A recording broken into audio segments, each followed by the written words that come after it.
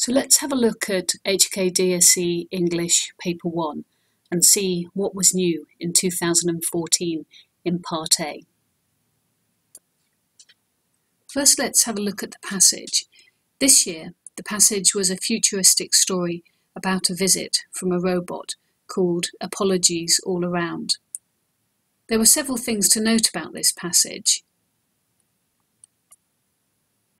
Lots of dialogue and therefore no paragraphs. If you look at past papers, you'll see that it's been quite normal in the past to have each paragraph with a paragraph number.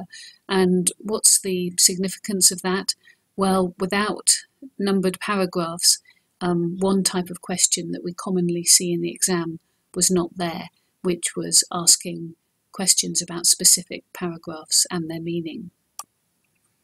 In terms of the number of words, though, there were about 1,000, which is absolutely typical for Part A. But as you can see, you'll see why lots of students in this year were quite pleased to get this passage.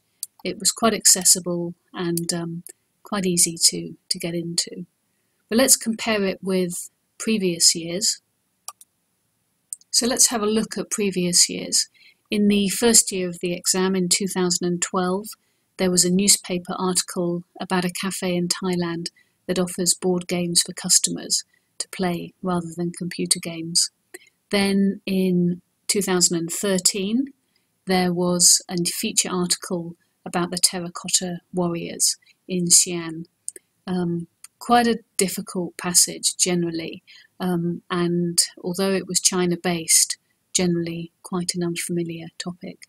So if you look at the 3 years of the exam that we've seen so far, we've had newspaper articles, feature articles, and this year a story. And in summary, expect the unexpected in this part of the exam. Let's continue looking at the analysis and focus on the number of questions and on the number of marks. So let's have a look here, and you'll see that in 2014 there were 30 questions for a total of 47 marks, compared back to 2013 where there were 25, 41, and then back to 2012 to 20 questions for 47 marks. And you'll see that it's difficult to say with certainty, but you can see that the number of questions is climbing. One thing that is very noticeable, though, from this year is there were quite a lot of questions that involved quite deep thinking skills. For example, the type of questions where students are asked to find details that support a main idea or inferred reasoning, both quite difficult types of questions. Now let's look at the questions themselves.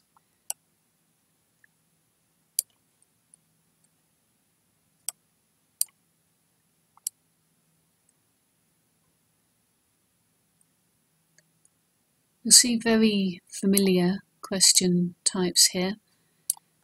The inclusion of an illustration here where students had to understand the text and work out where the small video screen was and then select the right part. This is a different type of question that we saw this year. True, false, not given. Seen plenty of those.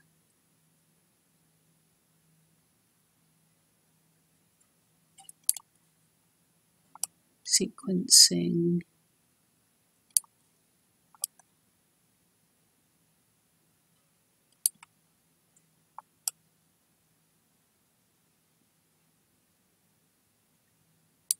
But here are some examples of some of the more difficult questions. For example, question 17, question 20. which you would really have to look at the reading passage to see. Here in question 24 is another unusual type of question. We haven't seen this before in the exam, but in essence it's not really requiring any new skills. It's just a different looking question.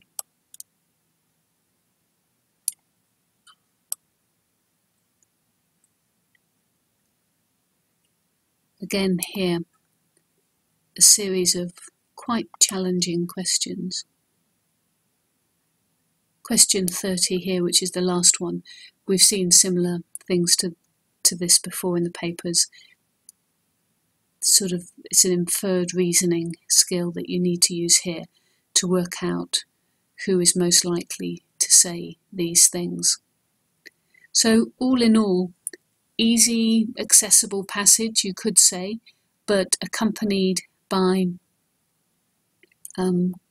questions, of which there were quite a few questions, and many of them quite challenging compared with previous years. You'll probably like to have a complete copy of the analysis that we've been looking at here. If you want to download a copy for your own use, then go to our exam practice paper website, redpandapub.com, register at the website, just add your name and an email address, and then you'll be able to download this report and read about the analysis in detail.